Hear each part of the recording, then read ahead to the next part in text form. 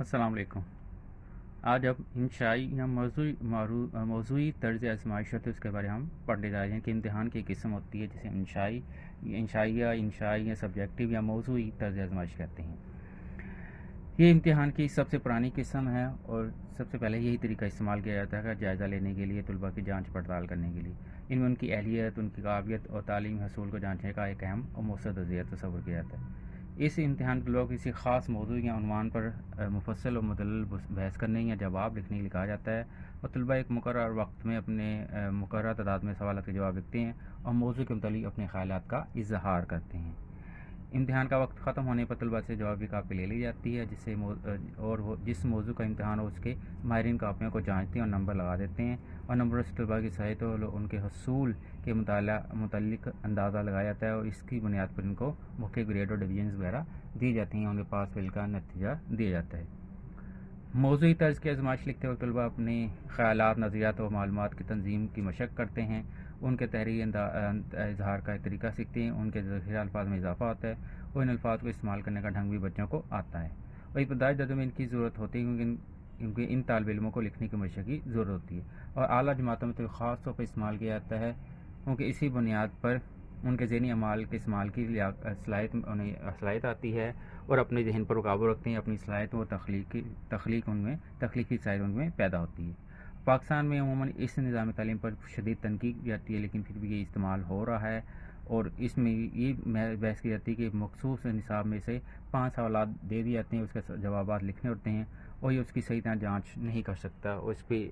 کے نمبر لگانے پر بھی ہمیں شک و شبہات ہے، اس میں مکمل اعتماد نہیں ہوتا۔ تو اس کے کچھ مسائل موجود ہیں جو ہم دیکھتے ہیں۔ اب موضوعی یا انشائی طرز آزمائش کی مختلف اقسام ہیں، جس میں اس کی جو مخصوص اقسام ہے وہ 3 قسم کی اقسام ہیں۔ پہلی مختصر جوابات، دوسری ہے مفصل جوابات، اور تیسرا ہے مقالہ۔ مختصر جوابات میں یہ ہوتا ہے کہ سوال دے دیے جاتے ہیں، اس سوال کے جوابات کے لیے ان کے لیے دو سے 3 لائنیں یا 1 یا 2 پیراگراف لکھنے کے لیے کہا جاتا ہے، جس سے ان کا جائزہ لیا جاتا ہے، ان کو جانچا جاتا ہے، ان کی تعلیمی صلاحیت کو جانچا جاتا ہے۔ مثلا سوالات پوچھے جا سکتے ہیں کہ تجرباتی طریقے کی خوبیاں بیان کریں، یا ہم یہ سوال پڑھ رہے ہیں اس میں مختلف ہے کہ موضوعی طرز آزمائش کی مختلف اقسام لکھیں، مفصل جوابات کی وضاحت کریں، یا موضوعی طرز آزمائش کی خوبیاں لکھیں۔ اس طرح مخصوص سوال پوچھا جا سکتا ہے جو 1 سے 2 پیراگراف میں آ جائے۔ پھر دوسری اس کی قسم ہے مفصل جوابات۔ اس میں آزمائش طلباء کو سوالات کے تفصیلی جوابات لکھنے کے لیے کہا جاتا ہے، اور تعلیمی ادارے عموماً یہی طریقہ استعمال کیا جاتا ہے۔ اس میں طلباء اپنی یادداشت کو استعمال کرتے ہوئے جوابات لکھتے ہیں، اور یہ جوابات کئی صفحات پر بھی ہو سکتے ہیں، اور جواب کی حد مقرر نہیں ہوتی، لیکن طالب علم اپنے وقت اور سوال کو تعداد کے لحاظ سے اپنے آپ کو متعین کرتا ہے کہ میں نے ایک سوال کا کتنا جواب لکھنا ہے اور کتنے ٹائم اس کو مکمل کرنا ہے، تو یہ طالب علم کی اپنی صلاحیت پر انحصار کرتا ہے۔ مثلاً ایک عام مثال ہے کہ سوال یہ کہا جاتا ہے کہ جنگ آزادی کے اسباب، واقعات اور نتائج پر تفصیلی بحث کریں، تو ایک مکمل سوال لکھنا پڑے، یا یہ بھی کہہ سکتے ہیں سید احمد خان کی تعلیمی خدمات کا ذکر کریں، تو ایک مفصل جواب کی ایک قسم ہے، مثال ہے۔ تیسرا طریقہ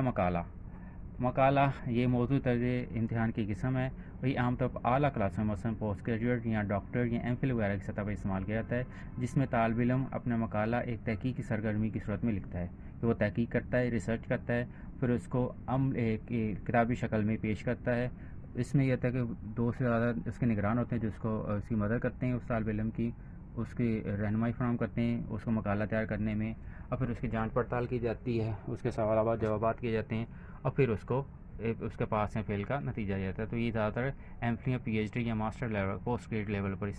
گریجویٹ لیول پر استعمال کیے جاتے ہیں۔ جیسے اس کی مقالے کی چند عام موضوعات یہ ہو سکتے ہیں کہ تحریک آزادی میں خواتین کا کردار وغیرہ، یا شاہ ولی اللہ کے تعلیمی افکار وغیرہ، اس طرح کے سوالات وغیرہ تحقیق میں استعمال کیے جا سکتے ہیں۔ پھر موضوعی طرز آزمائش کی کچھ خوبیاں خامیاں بھی ہوتی ہیں، لیکن آج ہم اس کی صرف خوبیاں پڑھیں گے۔ سب سے پہلے اس کی خوبی تو یہ ہے کہ بنیادی مہارتوں کی مشق، کہ موضوعی یا انشائی طرز آزمائش میں سب سے پہلی خوبی ہے بنیادی مہارتوں کی مشق، کہ اس میں موضوعی امتحانات میں لکھنے کی بہت زیادہ کی ضرورت پڑتی ہے، اس سے طالب علم میں لکھنے کی مہارت پیدا ہوتی ہے، اس کی پرچے کے حکم کے وقت مقرر ہوتا ہے، اس لیے اس وقت کے دوران اس نے لکھنا ہوتا ہے، اور 5 سوالات کے جوابات دینے ہوتے ہیں، اس لیے اس کی سپیڈ یا رفتار تیز ہو جاتی ہے، اس میں لکھنے کی صلاحیت آ جاتی ہے، اس کو یہ اندازہ ہے کہ اس نے جواب کتنا لکھنا ہے اور کتنے وقت میں لکھنا ہے اور کتنی معلومات اس نے دینی ہے. اس معلومات کو اس کو ترتیب دینے کا اس میں خیال آتا ہے. ذہن کو استعمال کرتا ہے, سوال کو جواب کو ترتیب دینا, اپنے خیالات کو ترتیب دینا, ایک ماہر کی صورت میں اس کا جوابات مہیا کرتا ہے. پھر دوسرا اس کا فائدہ ذخیرہ الفاظ میں اضافہ. کیونکہ طالب علم امتحان دینے سے پہلے اس کی تیاری کرتا ہے, مختلف کتابیں پڑھتا ہے, اس کتابوں کے دوران اسے مختلف معلومات ملتی ہے, اسے معلومات میں اضافہ ہوتا ہے, مختلف الفاظ کے سامنے آتے ہیں, اس کے ذخیرہ الفاظ بڑھ جاتا ہے. تو ان ذخیرہ الفاظ کو عملی طور پر کیسے استعمال کرنا ہے, کہاں استعمال کرنا ہے, اسے سمجھ آتی ہے اور اس طرح اسے ذخیرہ الفاظ میں بھی اضافہ ہو جاتا ہے. پھر مطالعے کی عادت کہ امتحان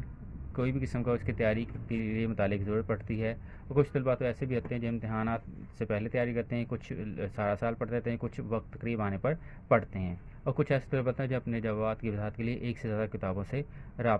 تعلق کرتے ہیں یا ان سے رابطہ کرتے ہیں. اس سے ان کے مطالعے کی عادت بڑھتی ہے, انہیں مطالعہ اور معلومات میں ان کی اضافہ ہو جاتا ہے.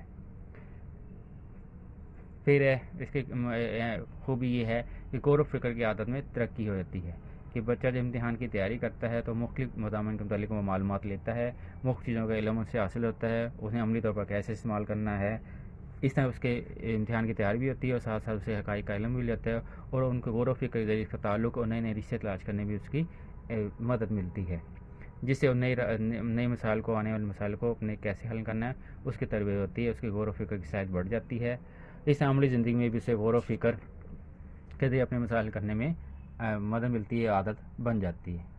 پھر رجحان دلچسپی کا اندازہ کہ موضوع طرز کے امتحان میں طالب علم کو آزادی ہوتی ہے کہ اپنے خیالات کا اظہار اپنی مرضی کے مطابق کر سکتا ہے, اور اسی جواب کے ذریعے ہم دیکھتے ہیں کہ اس کے رجحان کیا ہے, اس کی دلچسپی کیا ہیں, اس کا انداز کیا ہے, لکھنے کا انداز کیا ہے, وہ خیالات کو کیسے اظہار کرتا ہے, جس سے اس کی دلچسپیوں کا اندازہ ہو جاتا ہے. تو اس طرح مثلا عام مثال ہے کہ جب کسی طالب علم سے امتحان میں یہ کہا جاتا ہے کہ اپنی پسندیدہ کتاب پر موضوع پر یا پسندیدہ کتاب پر لکھیں یا اپنی پسندیدہ شخصیت کے بارے میں لکھیں, تو جو طالب جس شخصیت یا جس کتاب میں لکھے گا اس سے اس کی پسند, اس کے رجحان, اس کی دلچسپیوں کا اندازہ ہو جائے گا. پھر پرچہ بنانے میں آسانی, یہ اس کی سب سے اہم خوبی ہے کہ پرچہ بنانے میں انتہائی آسان ہوتا ہے. کہ جو امتحان بنانے والا ہے استاد ہوتے ہیں, وہ ہر باب کے آخر میں سوالات دیے ہوتے ہیں, ان سوالات میں سے کچھ 5 سوالات اٹھا لیتے ہیں اور پیپر تیار ہو جاتا ہے. اس کی چھپائی آسان ہوتی ہے اور اس پہ کم خرچ ہوتا ہے, اور سب سے بڑا یہ کہ چھپانے کی ضرورت نہ بھی ہو تو جو اندرونی امتحانات ہوتے ہیں, جو کلاس روم کے امتحانات ہوتے ہیں, اس میں استاد تختہ سیاہ پر لکھ کر یا وائٹ بورڈ پر لکھ کے بھی امتحان لے سکتا ہے. تو پرچہ بنانے میں انتہائی آسانی ہو جاتی ہے. پھر ذاتی نظریات کا اظہار کہ اس امتحان کے ذریعے ذاتی نظریات کا اظہار بھی ہو جاتا ہے, کیونکہ طالب علم اپنے تجربات و مشاہدات کی بنیاد پر اپنے جوابات کا اظہار کرتا ہے, جس سے اس کے ہمیں ذاتی نظریات کا پتہ چلتا ہے کہ وہ کس طرح کے نظریات رکھتا ہے, اس کے خیالات کیا ہیں, اس کی دلچسپیاں کیا ہیں, اس کے رجحان ہے کیا ہے, اس کے خیالات کیا ہیں, احساسات کیا ہیں, ان کا ہمیں اس کا اندازہ ہوتا ہے, اس کے ذاتی نظریات کا اندازہ ہو جاتا ہے, جو اس کی ہمیں جواب سے اندازہ ہوتا ہے. پھر خوبیت دانشور طبقے کا وجود, کیونکہ امتحان لکھتے وقت انسان اپنے خیالات کا اظہار کرتا ہے, ان کو ترتیب دیتا ہے, اس کی تخلیقی صلاحیتیں سامنے آتی ہیں, وہ جواب کا انداز جواب کس انداز سے دے رہا ہے, کس طرح اپنے جواب کو تیار کرتا ہے, اپنے الفاظ کا کس طرح استعمال کرتا ہے. تو اس طرح ہمارے سامنے ایک دانشور ہمارے سامنے آتا ہے, ایک ماہر ہمارے سامنے آتا ہے کہ جو اس کی صلاحیتوں سے ہمیں اندازہ آتا ہے. اور ماہرین کے خیال میں یہ طریقہ امتحان دانشور, اہل علم اور مفکرین پیدا کرتا ہے, اور یہی دانشور طبقہ ملک کی نظریاتی سرحدوں کی حفاظت کا فریضہ سر انجام دے سکتا ہے. پھر آسان جائزہ, کیونکہ سوالات کم ہوتے ہیں, مخصوص سوالات ہوتے ہیں, اس کا جائزہ آسان ہوتا ہے کہ موضوعی طرز سماج کے بطور جائزے کا عمل بھی آسان ہوتا ہے. پرچہ جات کی پڑتال جلد ہو جاتی ہے, جس سے نتائج بھی جلدی مہیا ہوتے ہیں, اور کیونکہ اس کا مارکنگ کرنا آسان ہوتا ہے, اس سے رزلٹ بھی بہت جلدی سے اور آسانی سے تیار ہو جاتا ہے. تو یہ آج ہم نے انشائی یا موضوعی طرز آزمائش پڑھی, اس کے ہم نے اقسام پڑھی. اس کے 3 اقسام تھی, مختصر جوابات, مفصل جوابات, مقالہ, اور پھر اس کی خوبیاں پڑھی, جس میں بنیادی مہارتوں کی مشق, ذخیرہ الفاظ میں اضافہ, مطالعے کی عادت, غور و فکر کی عادت میں ترقی, رجحان اور دلچسپی کا اندازہ, پرچہ بنانے میں آسانی کیسے ہو سکتی ہے, ذاتی نظریات کا اظہار بھی انشائی یا موضوعی طرز آزمائش کے ذریعے ہو سکتا ہے, دانشور طبقے کا وجود, اسی امتحانات کے ذریعے ہمارے سامنے دانشور یا ماہرین تعلیم یا ماہر لوگ ہمارے سامنے آ سکتے ہیں, اور پھر آخر میں ہم نے آسان جائزہ پڑھا کہ اس امتحانات کا جائزہ یا چیک کرنا یا مارکنگ کرنا یا نمبر لگانا یا رزلٹ تیار کرنا انتہائی آسان ہو جاتا ہے۔ تو آج ہم نے انشائی یا موضوعی طرز آزمائش کے بارے میں پڑھا۔ امید ہے آپ لوگوں کو سمجھ آیا ہوگا۔ السلام علیکم۔